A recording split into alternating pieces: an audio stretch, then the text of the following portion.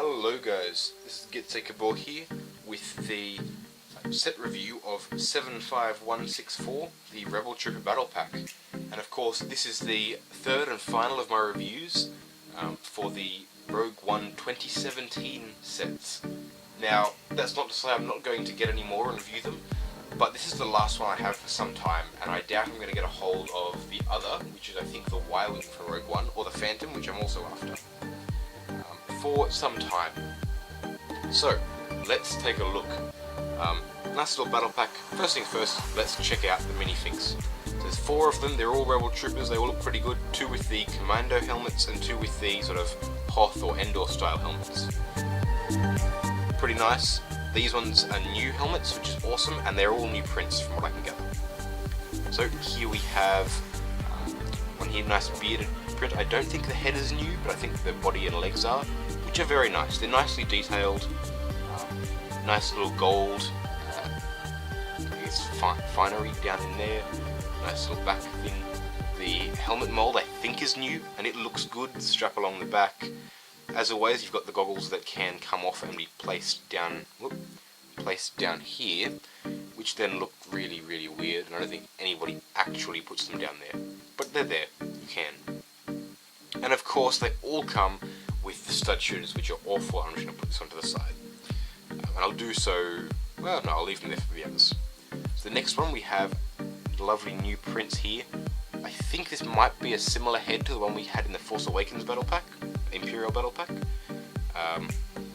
And we have nice leg printing. This leg design also shows up on this minifig here as well. But the torso is unique, with beautiful, like, detailed gold and silver bits and pieces, grey and black lines with even a bit of orange. Back looks pretty good, bit plain, but it does the job. Moving on, we have a Ginger Rebel with red beard and eyebrows. Once again, the Hoth mask, this time in a dark tan colour. More printing on the back. I think this might be the same, similar design, possibly even a reflected one. Yeah, I think it might even be a reflected version of this design here.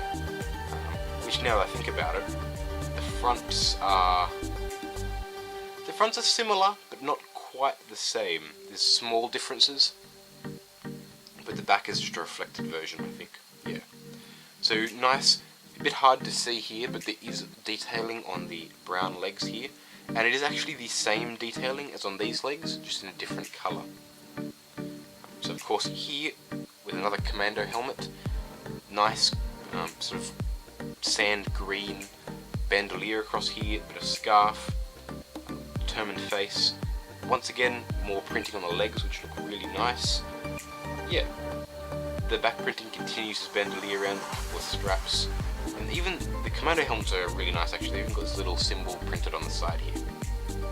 So they look pretty good.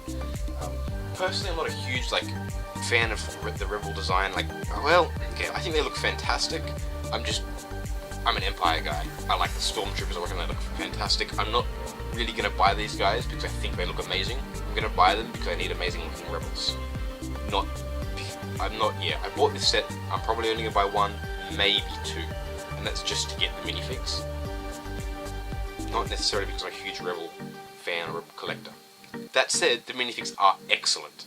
They are some of the best quality prints LEGO has put out to date. So, let's have a quick look at the build, which is actually 2 separate ones. Firstly, we have this speeder.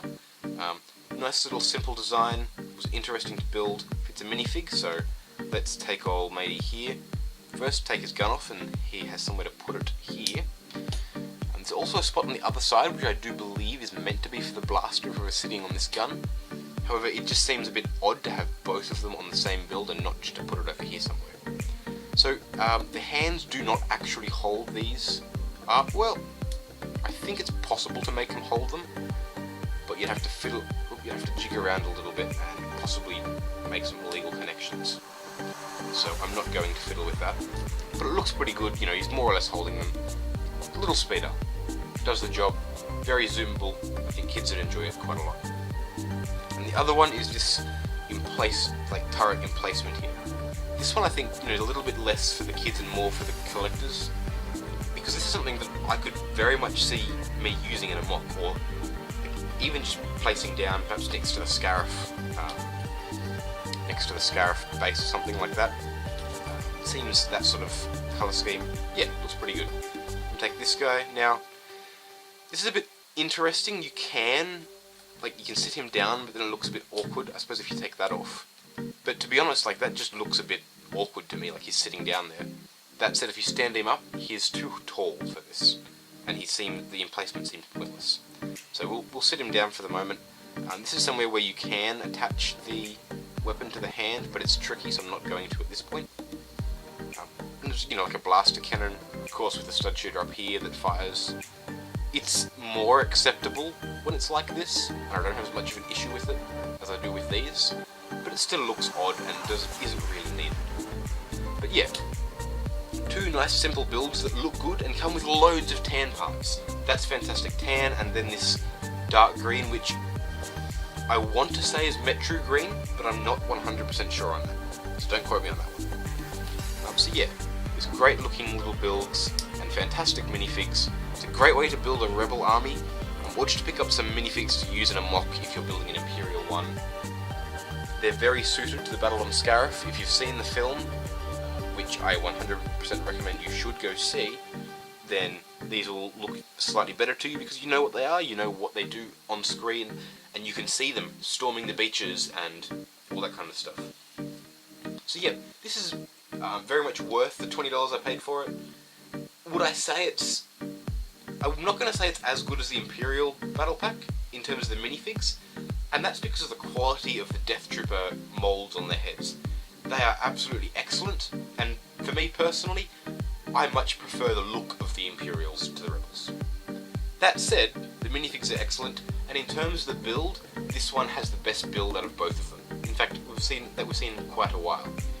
It's got two builds, both which look really good on their own, and sort of follow the same aesthetic, and wouldn't look out of place in a mock, just sort of thrown in, zooming around the side, or perhaps built into the emplacement up in that corner or something. So yeah, those are my thoughts on the Rebel Trooper Battle Pack, so let me know yours down in the comments. What did you think of this Battle Pack? Do you plan on picking it up? Do you think it's a bit pricey? Do you like the minifigs or the Rebels? I don't know, let me know, and let's have a bit of a discussion about it. So, as always, comment, rate, like and subscribe. It helps me keep the channel going, get better videos every week. And possibly even getting the Y-Wing and the Phantom in here fairly soon. Depends on when I can find them and pick them up again. If I can though, I'll definitely bring it to you early as possible with, I guess, the best quality I can put out. As always, Getsay Cabal, signing off.